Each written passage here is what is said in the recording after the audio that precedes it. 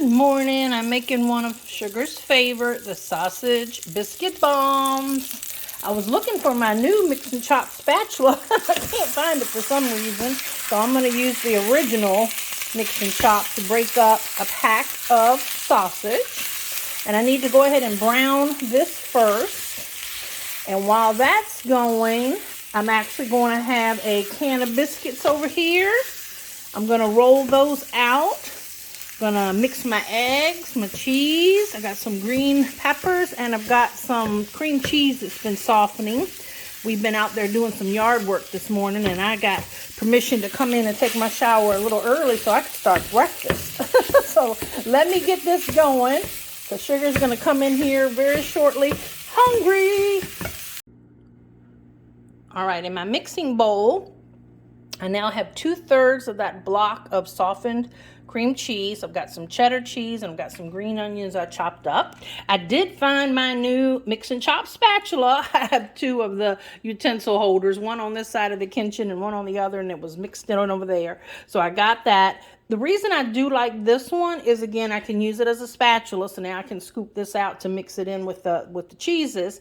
But if I decide I want to save some money and buy one of the fattier cuts of the hamburger and not so lean, you actually have the little kind of strainer in there where you can actually pick it up, strain out some of that grease before you put the meat, in your pasta sauce or your tacos, or in this case, in my sausage bombs. So I do like that. I've already used my roller and rolled out my biscuits, kind of made them a little bit flatter because I'm going to put that filling in there and then seal them up, and I'm going to bake them in the oven at 350, which I have preheated. And while that's going, I'll make Sugar some nice scrambled eggs to go with these.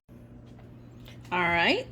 That spatula did its job. You can see I got some grease left in the pan that didn't make it over to my bowl, which is good.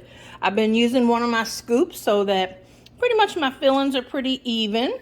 I went ahead and scooped them all. Went ahead and put two together to show you. So basically you're just pulling all four corners together, putting them in the middle there, and then just capping them with a little bit more cheese. I'm going to get the rest of these done. And again, they're going in this 350 oven for 25 minutes. Now, I've made these plenty of times on the pizza stone.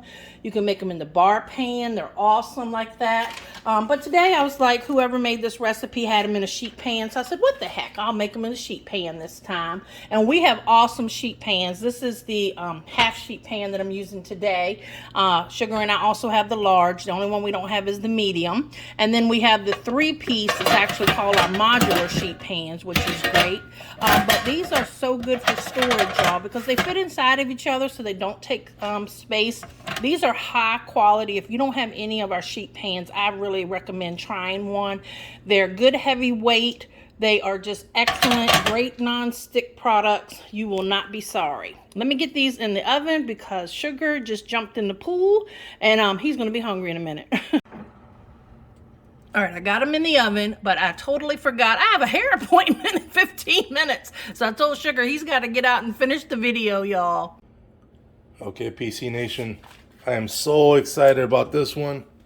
My wife made my favorite breakfast item, the sausage bombs. Look at that. Look at that. That is definitely my favorite. I am going to enjoy. Have a great day.